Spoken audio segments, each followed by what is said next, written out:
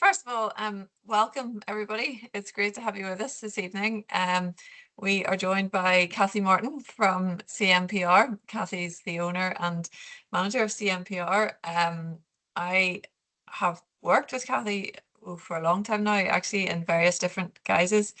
I first met her when I was working with the racecourse, and she gave me some very wonderful advice as she had had a very tiny baby just before I had a very tiny baby. Gave me some brilliant advice back in the day.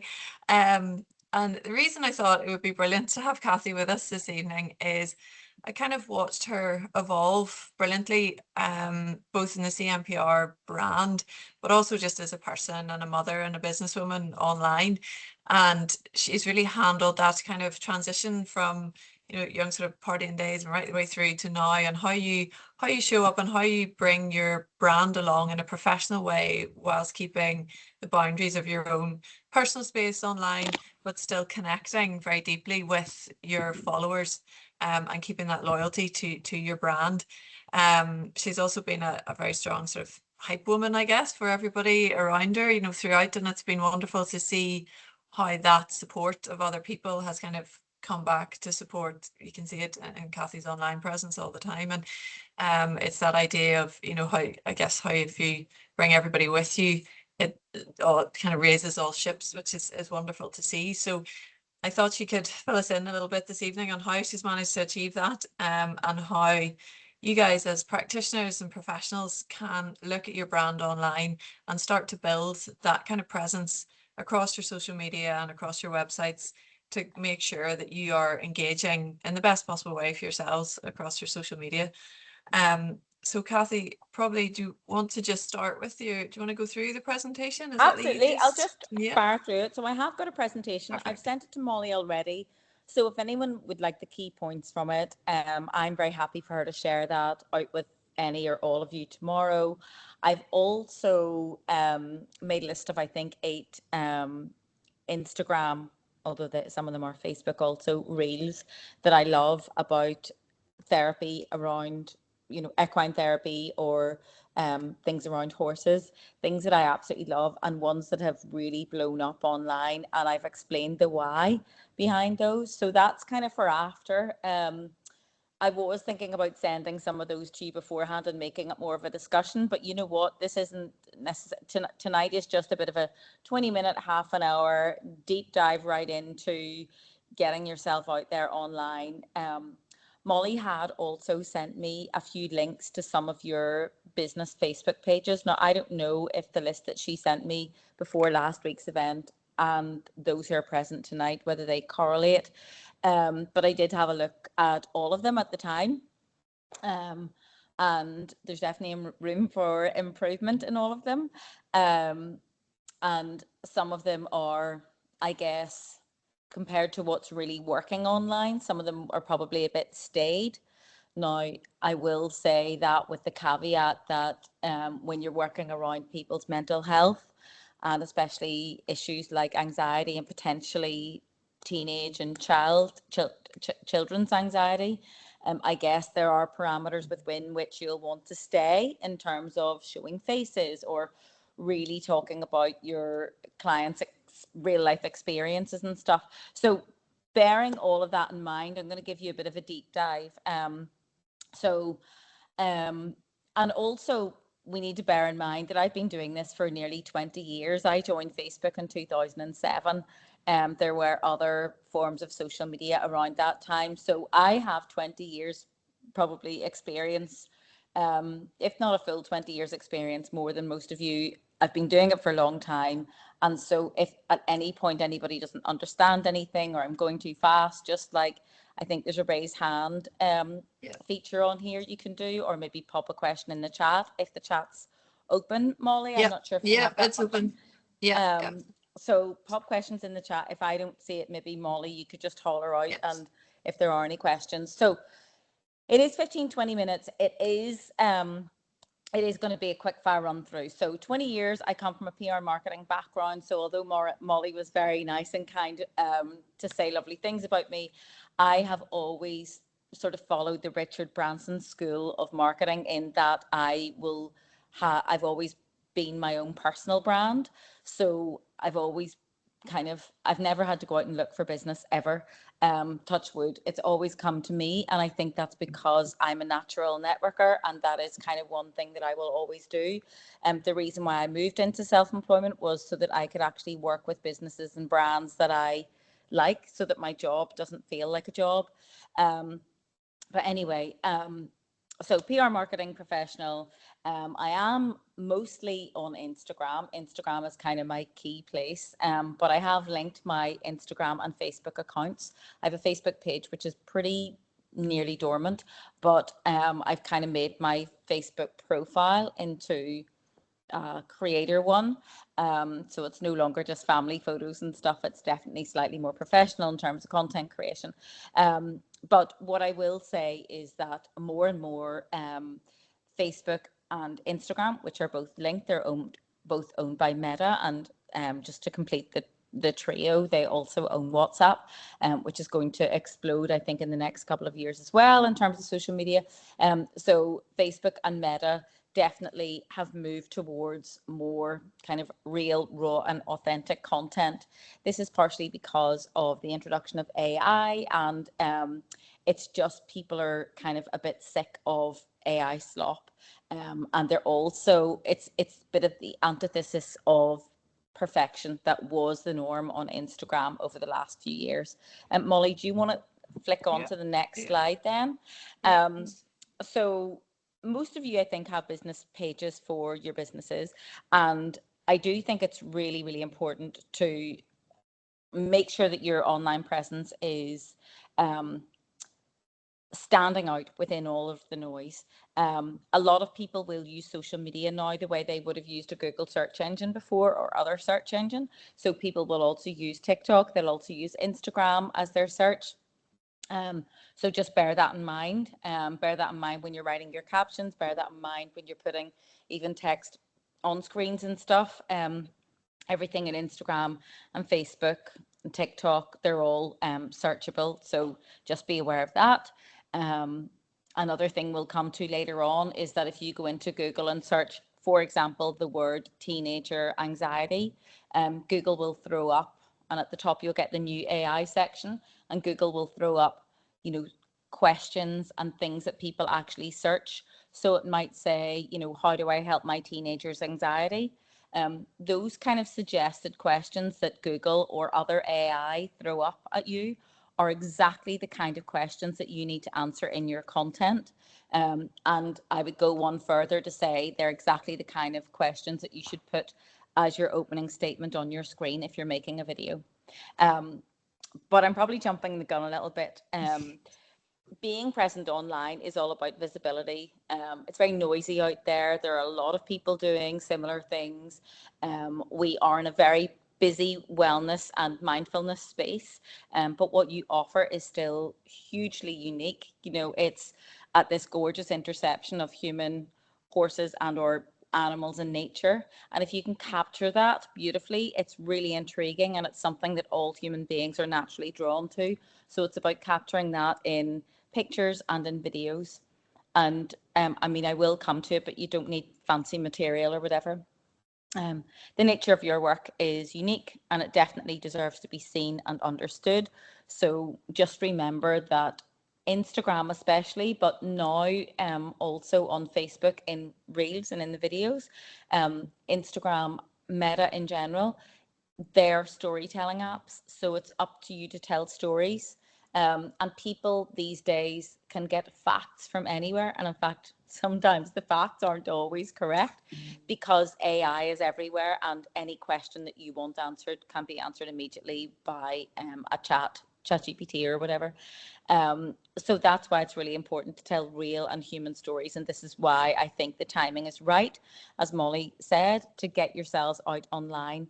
And I know it's so cringy. I remember when Instagram stories started in 2017, I absolutely cringed the pants off myself making my first video.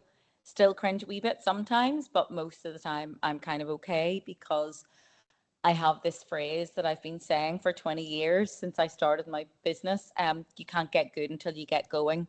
And if you just keep remembering that everybody is a beginner at some point, then you'll know that this is something that you just have to keep practicing. And even if you make the video and delete it, because I still do that sometimes, the making of the video is practice, and it's all working away at your hesitancy and your fear of being seen. Um, the other reason why showing up online matters is because I've said that you need to be seen and understood, but people buy from and trust and invest in and go to for help. They seek help from people, human beings that they know, that they like, and that they trust. So they're not going to trust you necessarily if you've just got a Facebook page full of other people's shared posts. So I did go onto a couple of your pages today, and it took me literally about 15 to 20 posts before I found one posted by the actual business that owned the page. It was all posts by other people. And whilst that's good and they were all relevant posts, part of me was just thinking, why are you sharing someone else's post? You could actually go on and make that post yourself. And then get your own engagement and get your own trust, get your own likability, and get your own potential customers from it. So that's why showing online matters. Molly, do you want to move on to the next slide?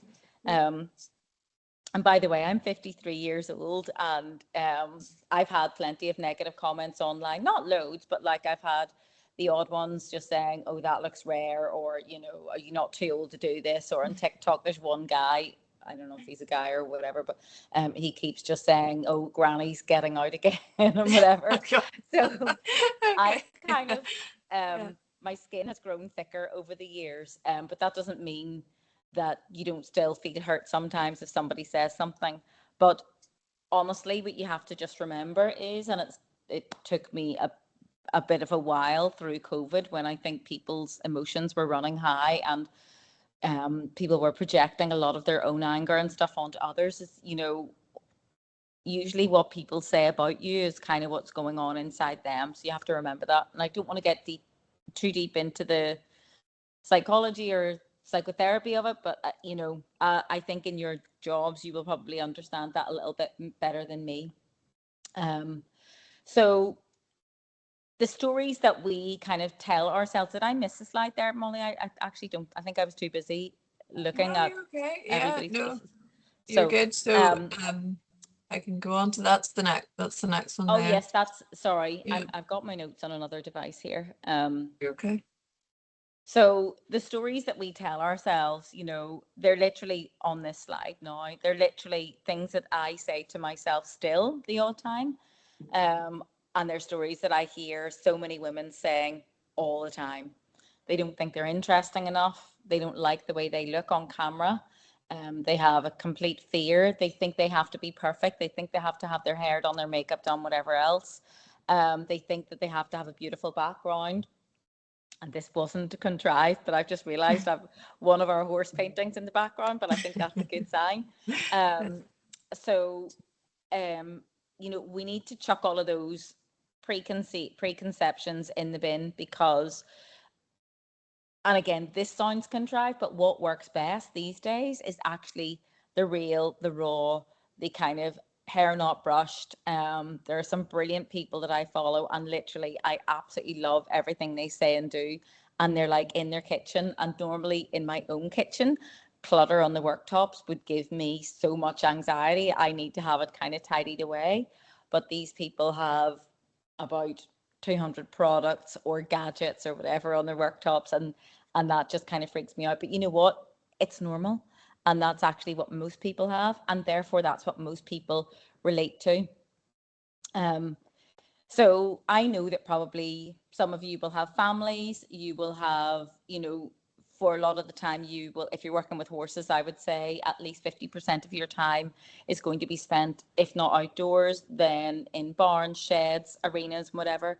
So, when that's your job, you will be dressing, I guess, at least some of the time for function over fashion.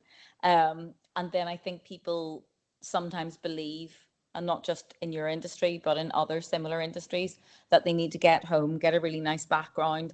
And then, if they're going to talk to camera, that it should be a pretty or a nice aesthetic in the background. But listen, that is not at all what people want to see, feel, or hear. They want to know the real and the raw you, and they want to know, especially if they're bringing their children to you or if they're coming to you for therapy or whatever yourselves, like they'll not want a really polished look. They'll want to kind of see and feel and experience that online a little bit as well. Um, no, sorry, I'm just looking at my notes here 1 second. Don't really fit. Um, And don't forget that, you need to get your face out there, because when people see your face, it comes back to that question of trust. Trust is built through familiarity, and it's also built through consistency. So I hope that one of the messages that you take home after tonight's seminar is that, you should be posting consistently. Now, I know that some days my social media drops and flops because I just don't have time, because I'm so busy doing the do with other clients or other projects that I've got on, or else I'm just out of the office all day at meetings and whatnot.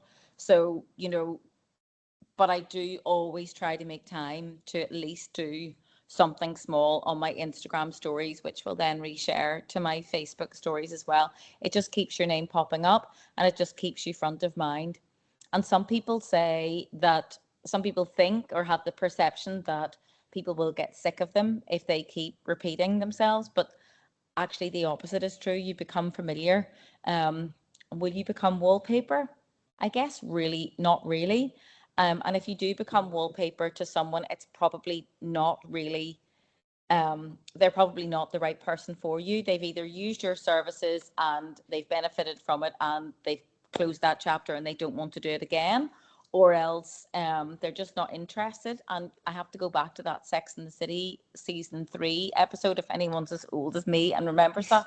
But there is a scene where one of the girls says, he's just not that into you. So you can't be offended if people unfollow or don't like or engage with your content. Just kind of keep making the content anyway.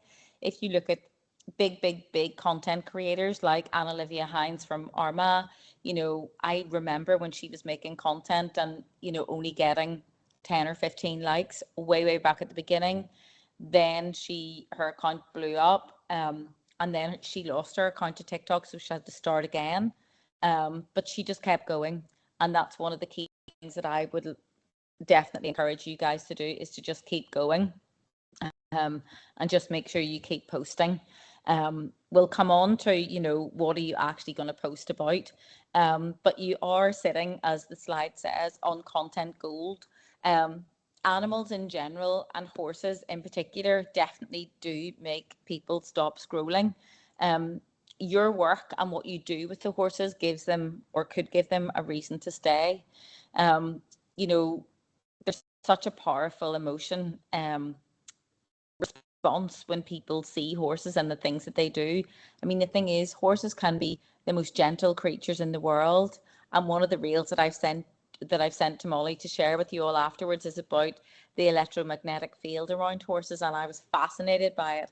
I think it got millions of views, but I found that super duper interesting about horses, and made me want to come and do therapy with one of you guys.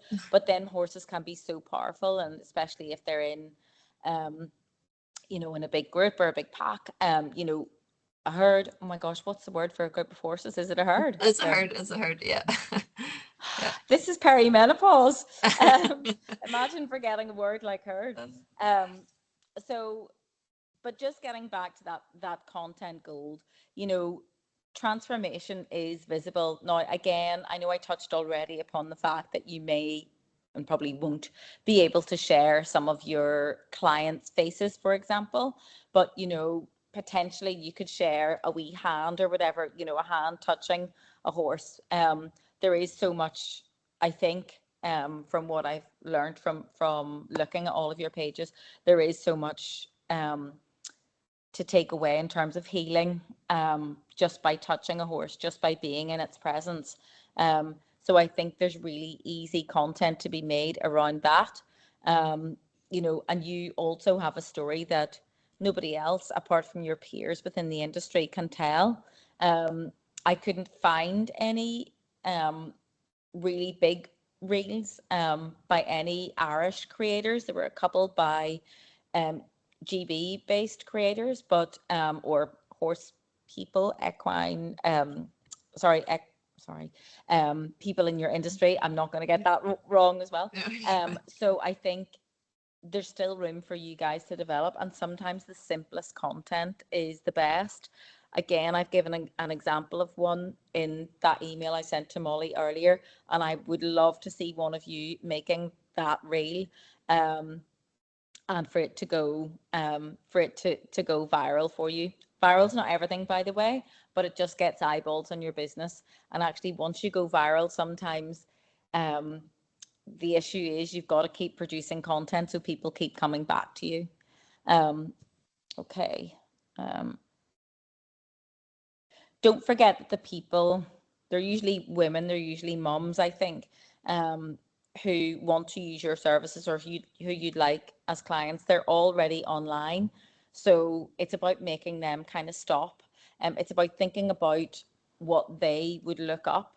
So quite often, and this happens right across the board in multiple industries, people are so interested in what they do and how they describe themselves, they don't actually stop to think how regular Joe and Josephine blogs describe them and or describe their services. So, um, a window cleaner might call himself a window cleaner, but someone might Google a man in Belfast who cleans windows. Now, it takes the algorithms and the search engines to work that out, but sometimes you just have to like deconstruct even the words around what you do and your descriptions, and then put those into Google, and then use those words as well in your captions and online to actually on any posts and things, just to capture people's attention. The algorithms will pick up on that. And I hope I'm not confusing anybody using words like algorithms. I don't know how far No. up or down the spectrum you are in terms of understanding. Um, I think most of you live on Facebook in terms of your business pages. I'm going to kind of focus on there and Instagram. They are one and the same thing, really. They're very slightly in, they've very slight differences in terms of what the apps look like when you open them up.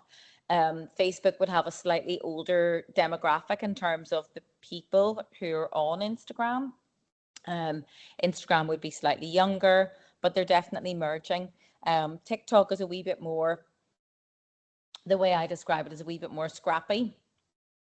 The algorithm doesn't necessarily, you don't always have, 35 to 50-year-old women who are following you on TikTok. One day I could have those exact people on my content, and then the next day it could be random 18-year-old boys. So it's just TikTok's just a wee bit more of a wild west.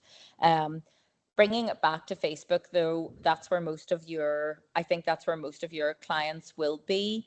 Um, what the first thing I will say is just, get in front of that camera yourselves, start bringing your phone out. It doesn't have to be a fancy phone. The first thing you need to do is clean your lens. You need to find good light. And then you need to just start taking content. Now, I think most of the pages I saw today were business pages. If you only have a personal page, you need to start thinking about, are you going to have boundaries on there between your friends and family photos and things and your business? Now, I took a decision a few years ago that I was just going to merge it because most people know me as my business. So it doesn't really bother me that my personal or previously personal Facebook page is full of semi work things or content creation videos. Um, Most of my friends and family and colleagues and acquaintances who knew me before I had a following, they just kind of laugh and smile.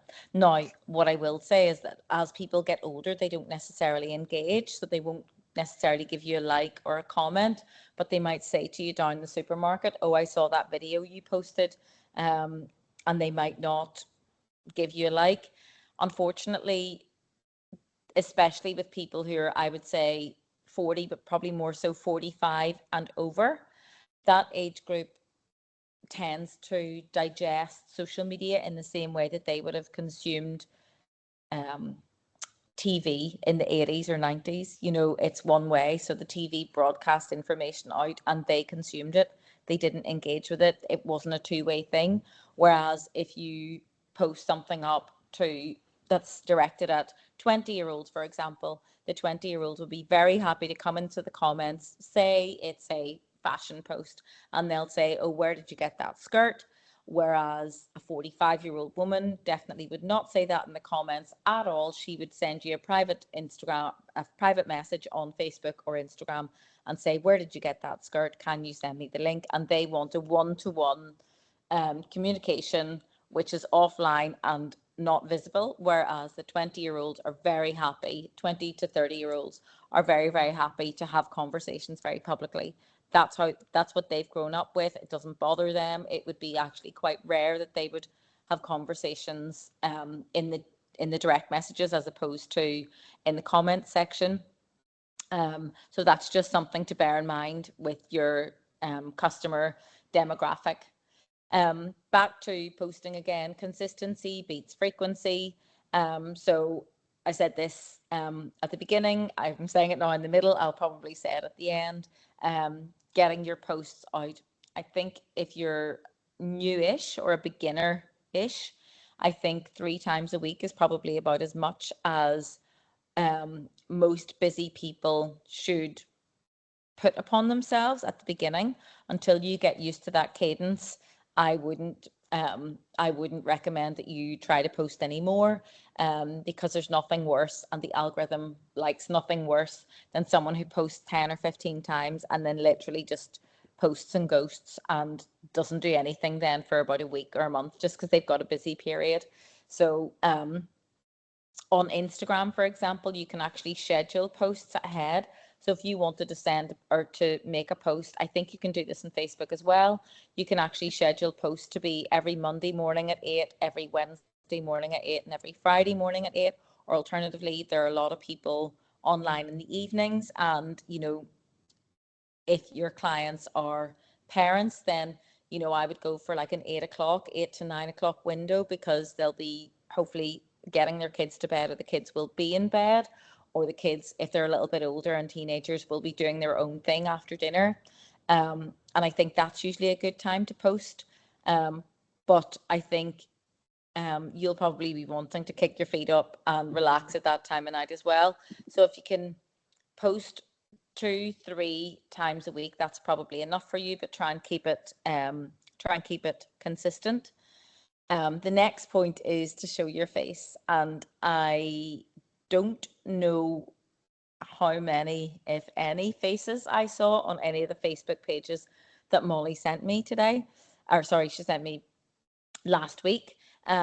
So showing your face is definitely the way to go these days. And I know that can be tough. I've done similar seminars to this for women in manufacturing. And they're all trying to work on their personal brands from a HR perspective, just to build their own kind of careers and things, and also to get themselves out there on LinkedIn, for example. And people just find it really, really, really hard. I can relate to that a little bit, but I think it's just because I forced myself to do it all those years ago. It is kind of second nature to me now. I know people say this and we laugh at it, but I know my angle. So I know that I can turn slightly to the side and give a jawline, so I'll not be worried about jowling. But to be fair now, if jowling comes, I'm kind of like, it happens. I'm 53 years old. I'm not 23. And actually, what I know now, and I'm confident now, is that the people who follow me don't mind that. And in fact, they probably feel a little bit better because you're more like them. And if it works like that for me, it will work like that for you. There will be people who will really appreciate you just being completely ordinary, just getting on the phone. You do not have to have your hair done, your makeup done. You can just be in your work clothes, whatever that might be. And like I said, it doesn't have to be a perfectly aesthetic background. It can be your work environment, which will be outdoors or whatever. But the main thing is to get your face on camera. And if you want to practice that with your phone at home, just practice. It's the only way. Um, like I said before, everyone's a beginner. You can't get good until you get going. And I think we kind of tend to stop ourselves. So another one of my big cliche things that I say to people is, you just need to stop stopping yourself, because really and truly, what is the worst that can happen? Do you really care about your neighbor down the street thinking, oh my gosh, what is she doing? Do you really care about the person that you bump into in the shops? Do you really care about a relative? I mean, at the end of the day, are they paying for your business? You know, you just have to really let that go and just get over it. And I sound probably like it's very easy, and I know it's not, and it can be a really, really big fear. But what I would advise is to just get your phone out and to practice that. Um, Practice it even when you're with your horses. Um, and I don't know if any of them react to a phone in your hand or sense that it's something different. Um, they're very astute animals, so I guess they may or may not. But based on all the videos I've seen online, there are probably moments that you could capture. But definitely do please try and get your face out. Now, if you don't want to put your face onto a reel, which is a video that stays on your Facebook page kind of forever or until you delete it, you can film and share to your Instagram stories. These are videos that disappear after 24 hours. Um, you can make those into a highlight, but I think stories are a good place to start if you aren't very comfortable with the idea or the perception of getting a reel out. Um, and again, if you're really not comfortable getting yourself out, try and maybe film your horses, maybe film your hand patting, um, and maybe feeding. If you can get the side of someone's face, with a horse's face nuzzled up to them. Obviously, that doesn't always happen. Obviously, there are moments of fear and so much anxiety. Um, and they say, but I don't know if it's true, that the horse can kind of pick up on your energy and will mirror it a little bit. Um, Yeah. I know that the healing that you guys magically help to create with the horses is never, a one visit or one therapy session answer. So it would be really nice to document someone's journey. And I know people have possibly some preconceived ideas about content creators and Instagrammers or influencers, whatever you want to call them.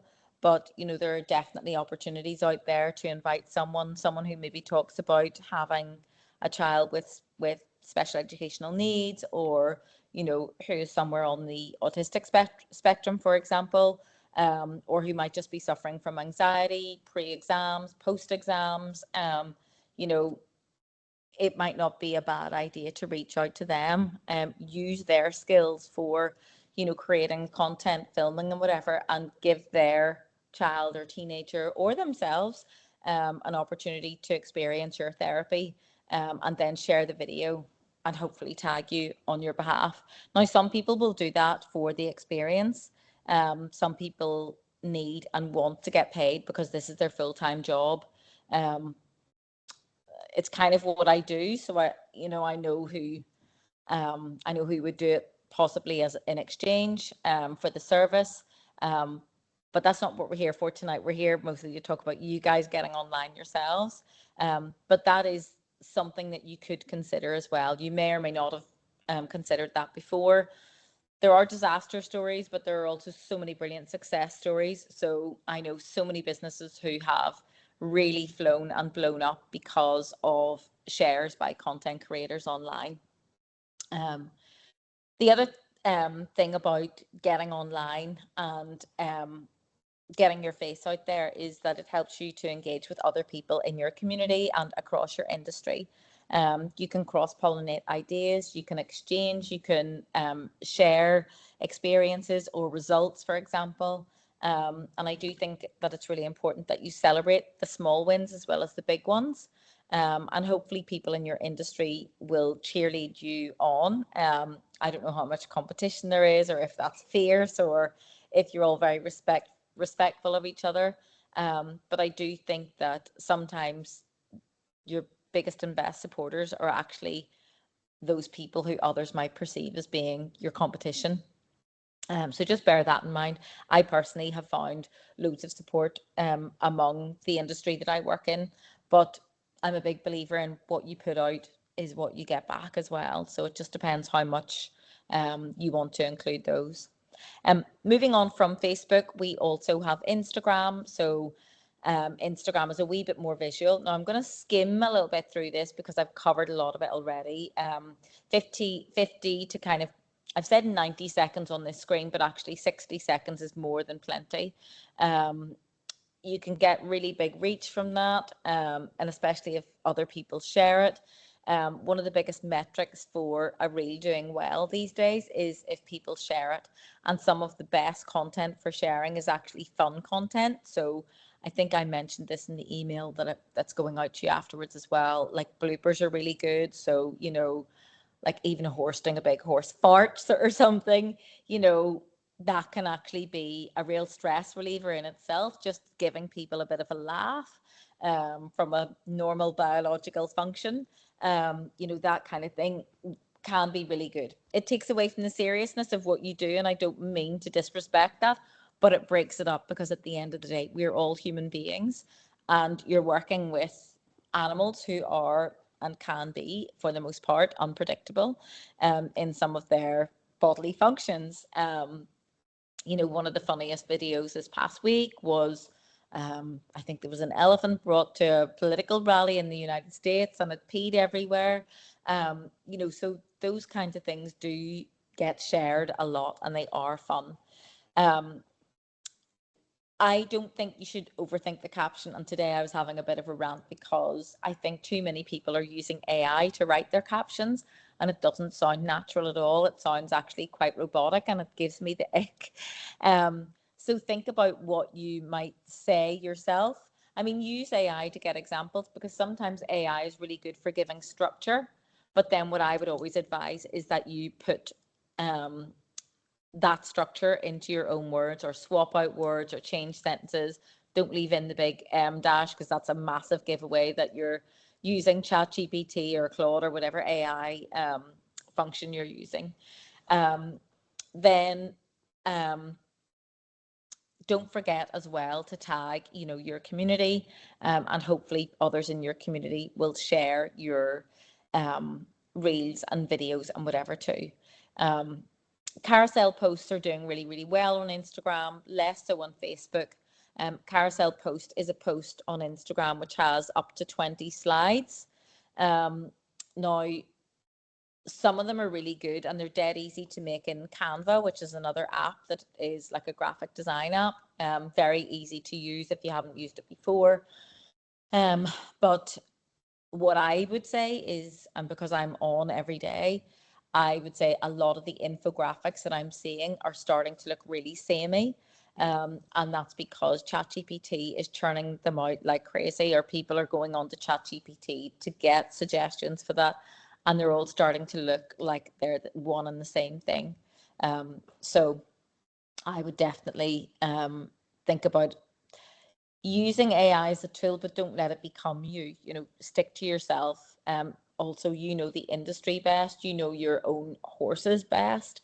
You'll also know your clients potentially best, or your potential clients, and you should know the language, or you should at least have an understanding of the language that they might use around what they're looking for.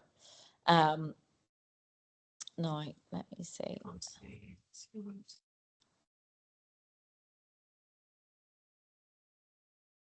Sorry, I'm just looking through my notes here. One of the things, Cathy, was kind of an interesting thing that came up with us last week was a lot of the guys who work in this area, they have a second career, so they're usually adding the equine piece into their kind of professional remit already, kind of ranging from AHPs to counsellors to teachers to a whole wide variety of things. But in those professions, how you define and how you demonstrate your professionalism is very different from how you would present, I suppose, online. in a social media space. And what you're saying this evening, it's exactly that. It's more real, it's more gritty, you know, it's really authentic. It's not, you know, you don't, you're sort of, you can share your fear a wee bit, you know, online, and make yourself a bit more relatable. But I guess that was one of the things I was going to ask you, was how do you transfer from that sort of maybe more old school presentation of being a professional, and how do you redefine that kind of professionalism when you're presenting online like this? Yeah, I can actually really empathize if someone's a teacher and then they go on and start talking about like like I suggested earlier, the blooper and whatever. Yeah.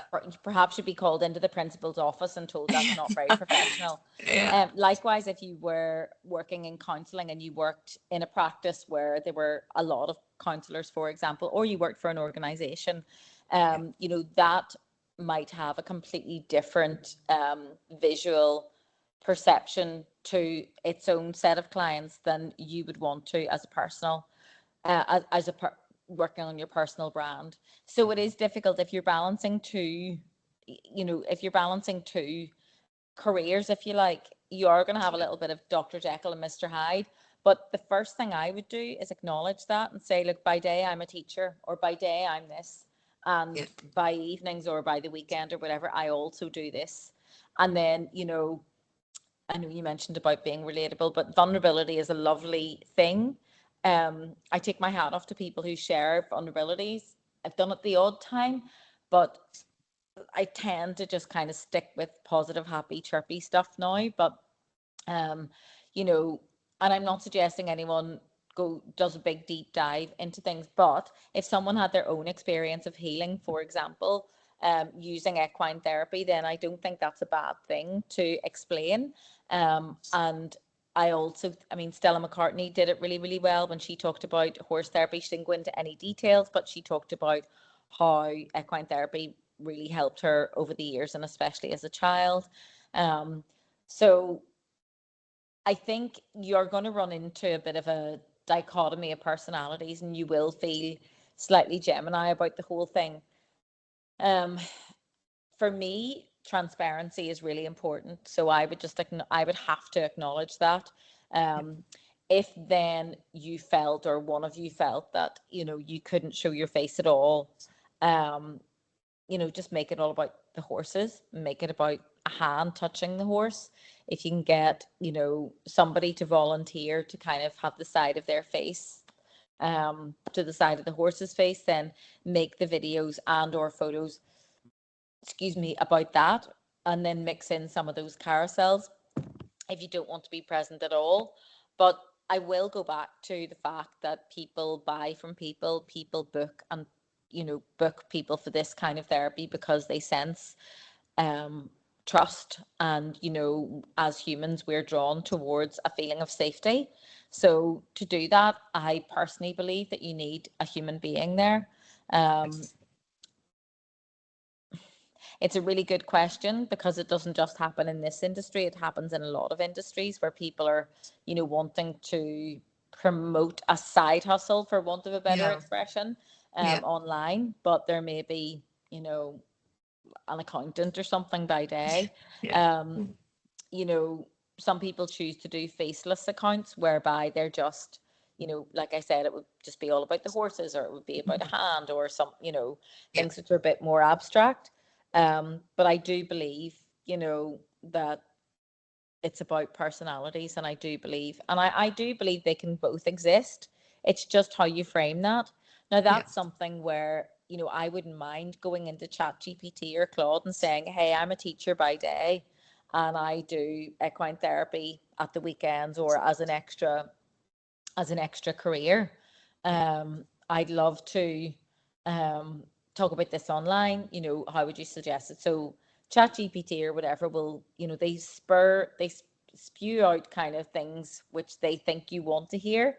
So, take that with a big pinch of salt and then put it into your own words. I would definitely address it if it were me. Um, you may not all agree with me, but that's the way I feel. And I think your potential clients would also respect and respect the honesty in that as well. Um, And even if there's a note in the page bio, to say, I don't show my face, I'm a teacher by day. I would literally call it out really obviously. Yeah. Um, and but I'm available for one-to-one calls, or any of those kinds of things. But just keep the human side of you ready and available to talk to people if you don't want to show it online. Okay. Thanks. If we're talking about websites, and again, I don't know whether all of you have websites beyond your Facebook page, but what I will say is that you do need to make yourself accessible. So, check your direct messaging inbox. If you've got a website, make sure that booking in with you is, a 1 to 2 step. Make sure your phone number and your postal address are on your Facebook page if you can share it. Because people, when they've booked you, then if they don't get an email to confirm with all the address and everything else, they want to go into your Facebook page or whatever, and then click your address to get you up on maps or whatever. And then, the other thing that you can do is you can write a blog. So you can do that on your website, or you can there's a new platform called Substack, which is really, really, really great for just ramblings. And if you add Substacks to your website, that kind of triggers SEO, search engine optimization, and also AI optimization. Anytime there's something that's linked back to your website, and it just helps more people find you. And the third thing is it gives you something to share on your social media, whether that is in an Instagram story, a Facebook story, or even on your Facebook page. Oh, okay, I'm ready to move on. Yeah. So getting to the point of what to actually post. So I have covered bits of this already. Number 2, we've talked about when I said, telling your own story. So that could be, I'm a whatever by day, or I'm whatever Monday to Wednesday, and then Thursday to Sunday I do this. So tell your own story, maybe the why of why you got into it. Did you have your own healing journey? Did you grow up with horses? All those kinds of things. The other thing is behind the scenes. You know, People love a visual hook. So, what I would love it to see, or what works really, really well, is, you may be moving hay, and I'm not talking necessarily a big bale of hay or something, but even just walking with, a bucket, and talking to camera. If you can get somebody to hold it for you, or if you can like pin it up somewhere. And there are plenty of times myself and others I know have just used a big bit of brown tape to stick a phone up somewhere so that a piece of film can be made. But all those behind the scenes are really, really good for content. We have in the industry what's called B-roll, so it's a whole load of general footage that you can put music over, and then maybe put a bit of text over. And it always kind of helps. Lots of people use B-roll of them just typing into their computer or sipping a cup of coffee. So I would just keep lots of generic things on your phone, and just upload them as you go along. It might be nice to have a picture of a horse and a sunset, and maybe the horse is looking at the sunset, and or maybe it's multiples, and we talk about being drawn to the sun, and appreciating nature, and all of those things which are possibly intangible or tangible elements to healing as well. The third thing is probably what I've seen most of in the posts that I looked at across your pages today, which is value and education. So it's a lot of kind of answering people's FAQs with infographics. It's pictures with long captions. And what I will say about this kind of content, although it's really, really important, AI can turn this out no bother. So, I think this is less and less appreciated, although it's important, and it's important to be in the middle of it. But I think people really do appreciate human beings being online a little bit more these days. So I've said this already, just pick up the phone. Authentic beats perfect every single time. You don't need fancy equipment. Like I said, a big bit of brown tape has stuck a phone to many a wall for me. And I've just pressed record, um, stuck it to windows. If you're in a barn, it can go into a barn. A bit of brown tape's fine. There are sticky things you can get for the back of your phone. I have one here. You can get these on Amazon. It's like an old soap holder from the 1980s. Um, but if you have one of those, it can stick on loads of different surfaces when I'm out and about. The same would hopefully apply to you. Um, so, but you really don't need that much. I mean, those wee things are less than a fiver. You can buy a basic light that you can clip onto your phone for about £10 on Amazon if you wanted one of those too. It just helps, especially in the winter months with a lack of light, for anything that's being done in the afternoon or evening. Um, and of course, some of your work, I imagine, will be inside sheds and, walking around and stuff. So I do think a wee bit of extra light can help. Um, Especially if you are going to be filming yourself, it's nice to give yourself some light on your face because that will um, just show you in your best light. Um, the other thing I will say is that if you are making a video and you are talking to camera, it's really important that you try and get hyper specific. So what I try and tell people is, something like, are you a teen mom whose anxiety has got so much and you don't know what to do? Stay tuned because this could be your answer. Normally, especially if you're over a certain age, you probably try to tell the story from a different angle. Um, Here are 5 ways to calm anxiety. But I think AI does so much of that kind of content. We as human beings need to speak almost like as if we're mom to mom and say, um, like some people will even say how to get your 15-year-olds or how to help calm your 15-year-olds anxiety after school or pre-exams or things like that.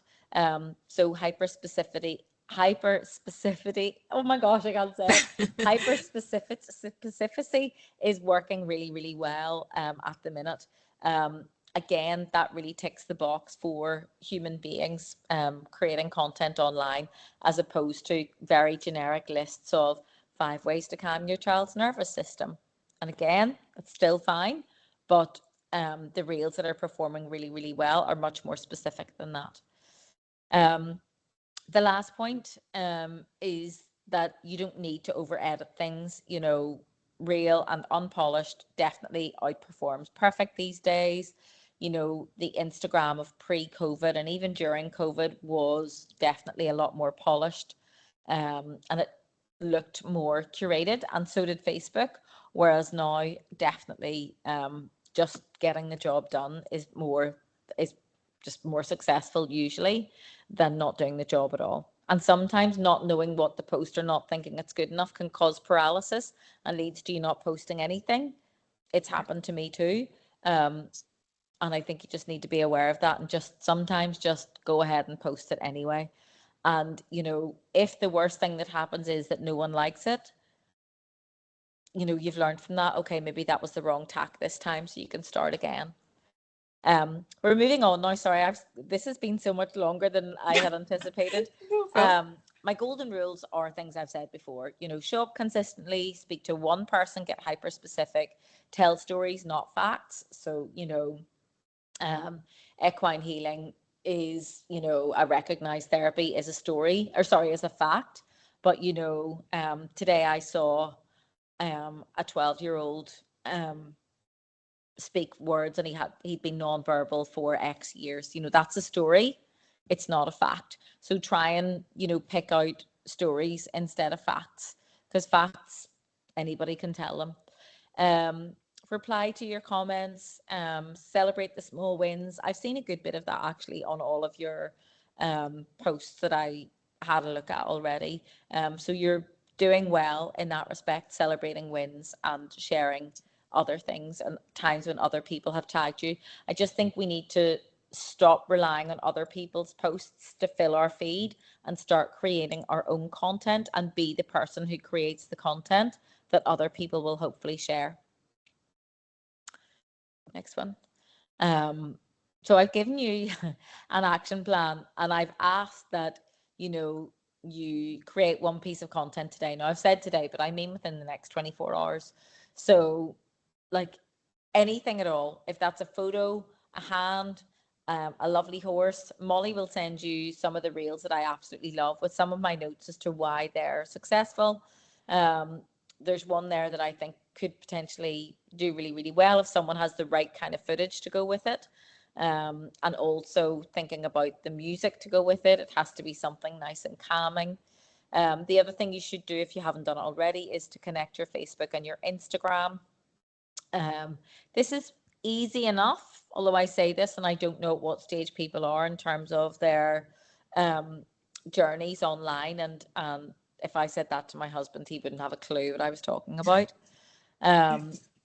And then I've said take one video in your yard tomorrow. So I definitely think, 1 and 3 are kind of linked. Do a video and or post some content. So whether they are the same thing, probably all the better.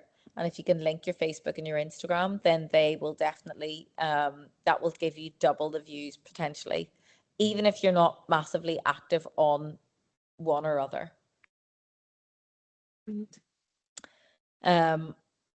Just to kind of finish up and say that, when Molly asked me to come and speak to you guys, I went off and did a lot of research, and I just think what you do is absolutely amazing. And I didn't know enough about it before I went and proactively did some research. So, and I think I'm pretty aware of what's going on online. So I do think that there's more work to be done in terms of letting people know that you exist and know that the services that you provide exist. And also, there are a lot of people out there who would be so grateful for your help. So please go and create some content and let them see just how, sorry, this is cheesy, but let them see how wonderful you are. Yeah. Amazing. Cathy, thank you so much. That was brilliant. I had some questions here, but I'm gonna actually just see if the guys online here, if anyone has any questions for Cathy at this stage. Does anyone have anything they want to raise your hand there, guys? Let me see, or put it in the chat or anything. We got any? It's Brian. Thanks, Brian. You're It's very great. welcome. Yeah, there was one thing that I guess we've been hit with quite a lot when we're going in to present to different ministers, government bodies, even funders and commissioners of services and different things is, the initial conversation is about the horse and the equine, and obviously it's absolutely key to this. And I promise I won't keep you long on this, but just a quick one. It seems there's such powerful content to be made with the horse in it, and it's how do you, is there a sort of a secret method to this, to making the service not become totally hooked around the horse, in terms of like, we've worked very hard to kind of show the visibility, I guess, the professionalism of the practitioners, many of whom are on this call. And in order to do that, sometimes we have to step away from the idea of it being around the horse. But then in this kind of sphere online, it's really, it's such a good hook, and it's such an important part of what they're doing. How do you balance that, I guess, while keeping the kind of credibility that these guys have brought to those conversations and to those kind of strategic meetings and stuff? Well, look, in those examples that I sent through, there are a couple of videos where the person is either doing a voiceover or they've written a long caption. Now, I spied a little bit of AI in there, but like I said, it's okay to have a little bit of AI to help you formulate your thoughts, and then you put them into your own words. There's still so much respect and validation for the therapist, him or herself, besides the horse. But we need to remember that Facebook and Instagram, I'm talking about them together because they're both linked, they're very visual apps. So, you know, I could do a whole other session on, visual Yeah. hooks. Quite a lot of the time, if I do a talk to camera reel, I'll come on from the side and I'll go, hey. But even that action of coming into shot as a Yeah. movement left to right to come into the center of the camera, and it's a vertical camera, obviously, that's called a visual hook, that you open with. Now, I'm not suggesting everybody comes in and does a big hey, 'cause it's possibly too informal. But think about what you say. There is definitely room to maintaining a level of professionalism, but a lot of that will be in what you say. So you can do talking head videos, and there's a whole there's a whole kind of theory that talking head videos, or yapping as the Americans call it, is really popular now. But I think there are too many people kind of trying to strategize it, when Yeah. actually the best kind of yapping is the the yapping, the talk to camera, that's really, really natural. Yeah. So again, this is something that you could do at home. You can formulate your thoughts into not quite a script, but have bullet points, and then just stick your camera on, stick it up, even on the flip up of on the lid of your laptop, and just start talking those points to camera. And just whether that's um, three reasons why equine therapy can be helpful for anxiety. But I actually think at this time of year, get hyper specific and talk about either post exams or the last week of exams, or maybe your child actually is having anxiety about leaving school. Maybe you're having anxiety about having a house full of kids when they all come back. So I would get really, really specific about that. And one way to calm your nervous system down is to come and do a session with me and my horses. Yeah. Um, so it's about verbalizing what you do. So I think everyone here that I saw has been really, really good at written captions on posts on Facebook. But Yes. it's really about, putting yourself on camera, talking to camera, um, thinking of yourself as your business. So, you're embodying your personal brand. Yeah. And I do think that two things can coexist. I mean, I am the biggest this slash that person ever.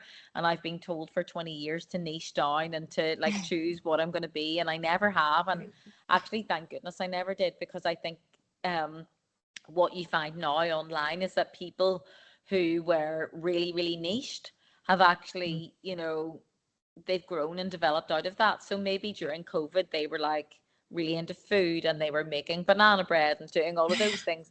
But now they don't want to talk about that anymore. They've kind of maybe gone into fitness, or they've got their health back, or they want to talk about fashion or holidays or anything. So I think, we can all face the danger of really um, only talking about one subject. Now, as a business Yeah. person, you can only talk about one subject, but the number of issues and problems that you can solve for people are so vast and wide, that Yeah. I think there are plenty of opportunities for speaking. And speaking on camera, believe me, is something that you can all do and you should all do. Brilliant. Yeah, there's a lovely comment there from Lorraine. Thank you. It's just said it's really interesting to avoid making videos, etc. However, it's given her good food for thought and ways to get creative. So thank you, Lorraine. And I think Cathy, look, thank you so much for that this evening. It's been really, really brilliant, really in-depth dive there for everybody to get started. And guys, I'm excited to see what you come up with in your photos and your videos in the next couple of days. So I'll send out the links that Cathy has sent to me, as she mentioned in the presentation, the kind of example reels and the presentation as well. And we'll give you Cathy's email address if there's anything that you need, if you're happy enough with that, Cathy. Yeah, absolutely.